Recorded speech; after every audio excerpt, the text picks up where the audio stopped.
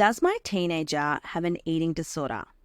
Today's episode will uncover red flags to look out for in you or a loved one's eating disorder behaviour. Eating disorders have the highest rate of mortality amongst mental health disorders and affect 1 in 20 Australians. Take care. This episode may bring up triggering topics, so make sure you seek professional help if needed. Welcome to the What's Eating You podcast. I'm your host, Stephanie, and I'm a psychologist, published author, and public speaker here to educate and validate. Enjoy the show. Welcome back to the What is Eating You podcast, where we dive into complex topics such as the worlds of food, body image, and mental health. I'm your host, Stephanie Giorgio, and today we have an important topic to discuss: red flags for eating disorders and disordered eating behaviors in teens, particularly focusing on a question about a 14-year-old girl who is fixated on staying skinny.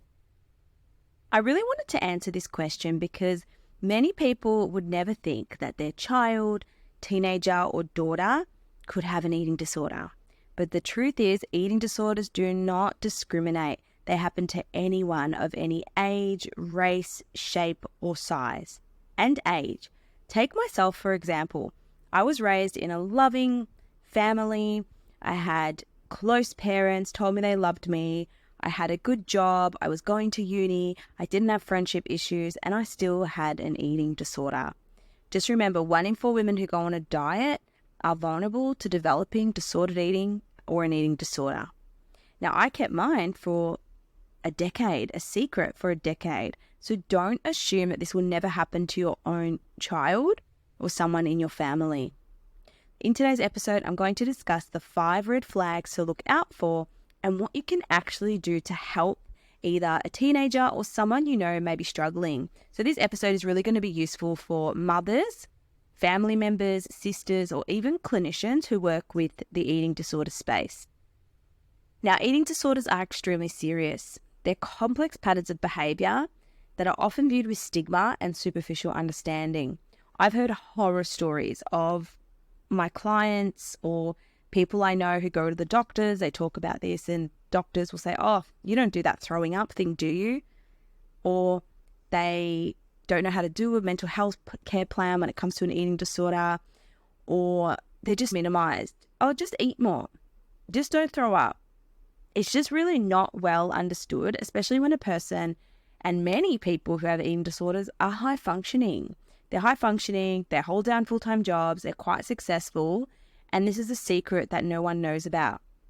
So I want to remind you that eating disorders don't look a certain way. They probably exist in that CEO that you know, in that successful woman, in that celebrity. Look at all the celebrities that come out and say, "Yep, I was struggling." Taylor Swift. It is so common. So don't ever underestimate it or not take it seriously. Especially with the prevalence of social media and societal pressures around body image. If you live in westernized society, you are at risk. So it's crucial to be aware of the signs and symptoms that may indicate that a young person is struggling with their relationship with food and their body. The key really is early intervention. You've got to get on top of it quick or it will stay with you forever and ever. To provide some up-to-date evidence and insights, let's start by looking at studies. According to the National Eating Disorders Association, NEDA, eating disorders such as anorexia nervosa, bulimia nervosa, and binge eating disorder often begin in the teenage years, with the average age of onset being 12 to 13 years old. And this age is only getting younger and younger, with children as young as 6 years old reporting dissatisfaction with their body. Remember, it can develop at any age, but the key is early intervention. What are the red flags to look out for? 1, drastic changes in weight or eating habits can be a concern. For example, if a teenager starts suddenly restricting their food intake, skipping meals, or obsessively counting calories, it could be signs of an eating disorder. And I reflect back on my own journey where I just thought all those things were normal. I thought being on a shakes diet was normal. I thought eating grapes as a diet was normal because I saw it around me. It was on TV. Everyone was talking about dieting. So this is not normal. and you're not helping your daughter by helping them diet. And I really want parents to take a long, hard look in the mirror and say, do I have an eating disorder? Do I have disordered eating? Do I have body image issues? Because I promise you that it is very common that they run in families. And if you have your own issues with food, your children are really likely to pick up on it. So start to notice these behaviors, and I'm going to talk about later what to do if you do notice them. So has their weight drastically dropped? Are they restricting their food intake? Are they skipping meals? Are they saying they're not hungry? Are they saying they just ate? Are they not sitting with the family? All these are really big flags to identify. Number 2, pay attention to changes in mood and behavior. Now, this can be tricky because teenagers are moody and hormones are changing, but eating disorders are accompanied by anxiety, depression, irritability, that's a big one, and social withdrawal. But it's important to take a baseline of the person's behavior. What were they like and did they change? Were they once a cheerful and outgoing teenager and then they became withdrawn and secretive? It may indicate something's wrong. I remember my mom, I got up one day and I was just like, oh, I would feel so crap in the mornings. I would just go straight to the espresso machine, turn it on, and my mom would say, Steph, are you okay? Every day, how are you? Are you okay? I'm just tired, Mum. I'm just tired.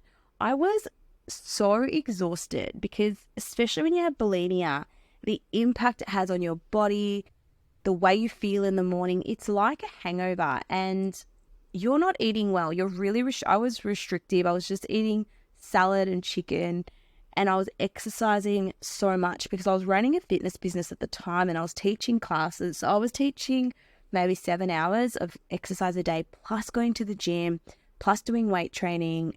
And I couldn't understand why I wasn't losing weight. So yeah, just did they change? I would become irritable because I was eating. I never really had, I maybe had anxiety around fearing weight gain.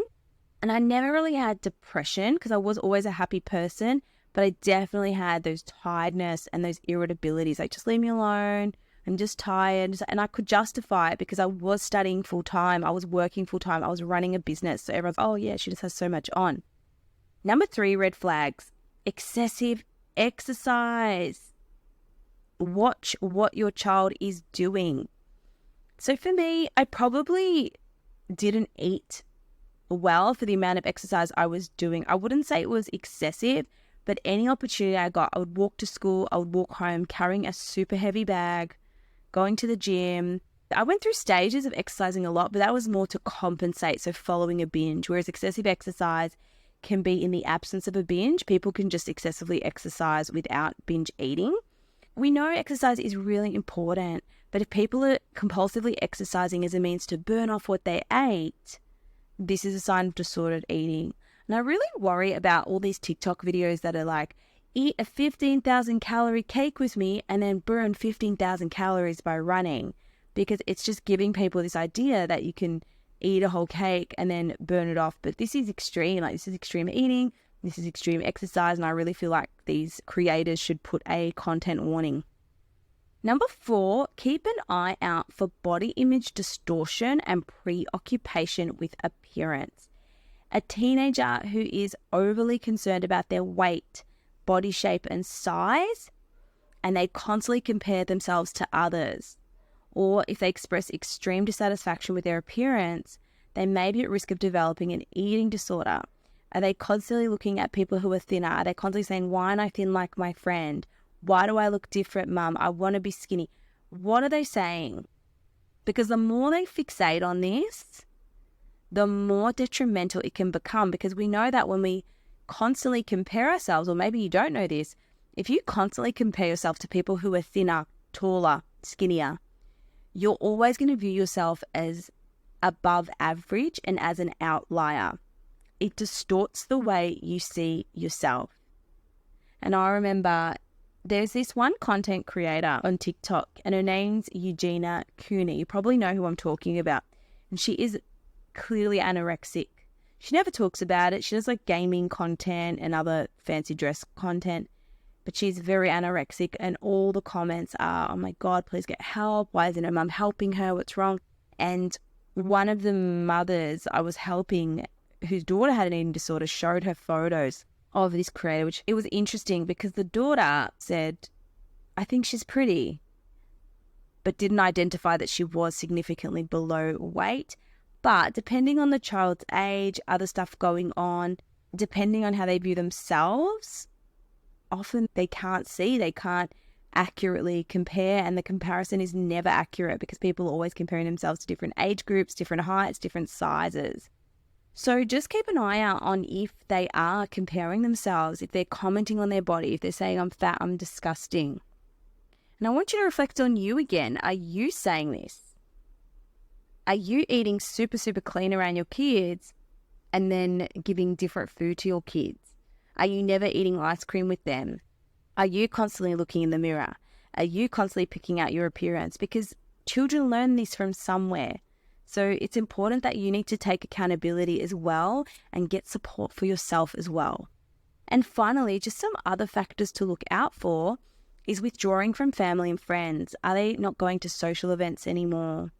Are they becoming more avoidant, more secretive, more irritable and anxious in the constant of food, in the context of food? So for example, they're not going out for family dinners or meals. I remember I used to try to avoid these. Are they comparing themselves? Are they always tired? Has their period changed? Have they lost their period? This is called amenorrhea, and it can happen when women are not eating correctly. Is there any evidence of binge eating? For example, food disappearing, hoarding food. Are they changing their clothing? For example, are they wearing more baggier clothes? Are they trying to hide themselves? Are they leaving the dinner table really quickly after meals? Are they dieting or skipping meals, refusing to eat or making excuses to eat? Oh, I just ate at my friend's house. And finally, are they cutting themselves? Are they self-harming? Self-harm can be a really big part of eating disorders, and disordered eating just to deal with painful emotions. Obviously, it's not an effective way, but it is more common than you think. So how do you address it? So many people ask me, how do I address it? How do I bring it up? I'm scared. I don't want to trigger them. It's really important to approach these concerns with empathy, compassion, and understanding, because if you just let them go, it could get really bad. And you want to let them know that there is something wrong with the way they're thinking and feeling. But you've got to do it in a gentle way, because people with eating disorders are very on edge. They always think you're attacking them or analyzing their body. So yeah, approach it with empathy, compassion, and understanding. So if you suspect that a teenager in your life is struggling with an eating disorder or disordered eating, seek professional help as soon as possible. Even if they're showing little signs and you're like, oh, it's not that bad, early intervention. I've had mums come to me and we've targeted it early and they've only needed a couple of sessions and they're okay. They're on the straight and narrow. So remember, warning signs may not be so obvious, and they might be well hidden. So try to keep in tune with your teenagers' moods. Look for clusters of warning signs and patterns of behavior. Is something abnormal? Have they changed from how they used to be? Mentally, physically, psychologically. And here are some tips for what you can do. Be honest with what you've seen and noticed, and do it in a non-judgmental and non-blaming, gentle way. Hey, I've noticed when we eat dinner, you are really quick to just disappear, or you're not eating with us anymore. Is everything okay? Are you worried about eating? Tell me what's going on. Really try to have open-ended questions and try to avoid the word why, because why can come across as quite judgmental. So I love to use words such as how come, or can you tell me more about this, rather than do you have an eating disorder? You have an eating disorder. I think that's what my mum said to me in the eat at the moment.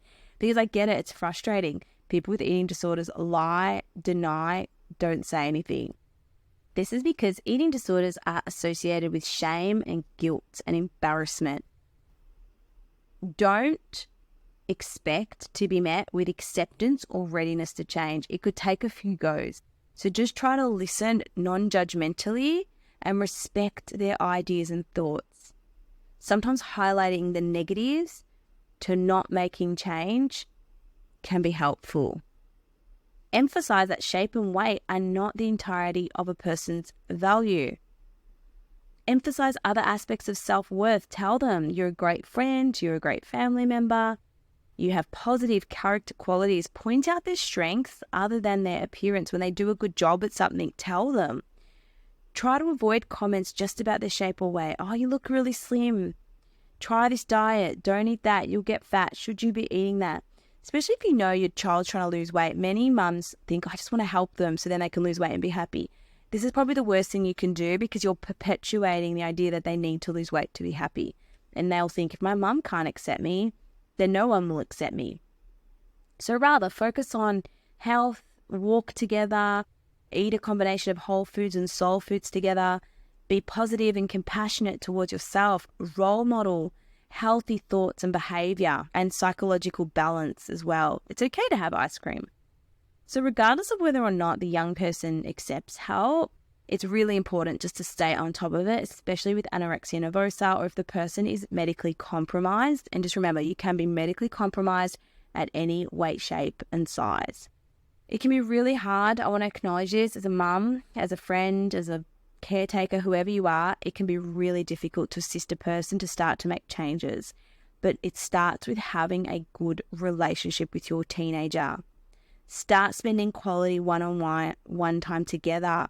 Listen openly and non-judgmentally. These are good buffers to prevent self-harm or worsening of symptoms. Many girls who struggle with their eating don't feel good enough. They don't feel seen. They don't feel heard. But if you can be that one positive person to love them unconditionally, that can really support them forward. And finally, seek your own psychological support. Engage in your own self-care because it's likely you might be going through your own eating disorder struggles and you are a role model. And the strategies you can learn in therapy, no matter how old you are, 30, 40, 50, 60, you can help others around you with those strategies that you learn. Remember, our children copy you, they copy us and they learn from us. So it's important that you try to be that role model from the inside out. So remember, recovery is possible and the key is identifying it early and intervening early to try to prevent the development of eating disorders in teenagers. That's all for today in today's episode on the What's Eating You podcast. Please don't forget to scroll up and click the stars above this to leave a rating. Our ratings help us get the show out to more listeners and help raise awareness. Hope you enjoyed this episode. I will see you in the next one. Thank you for listening to today's episode. I am truly grateful for you being here. If you got something out of today's show, please take a moment to leave a rating or review. To access more resources or support, check out the show notes below. See you next time.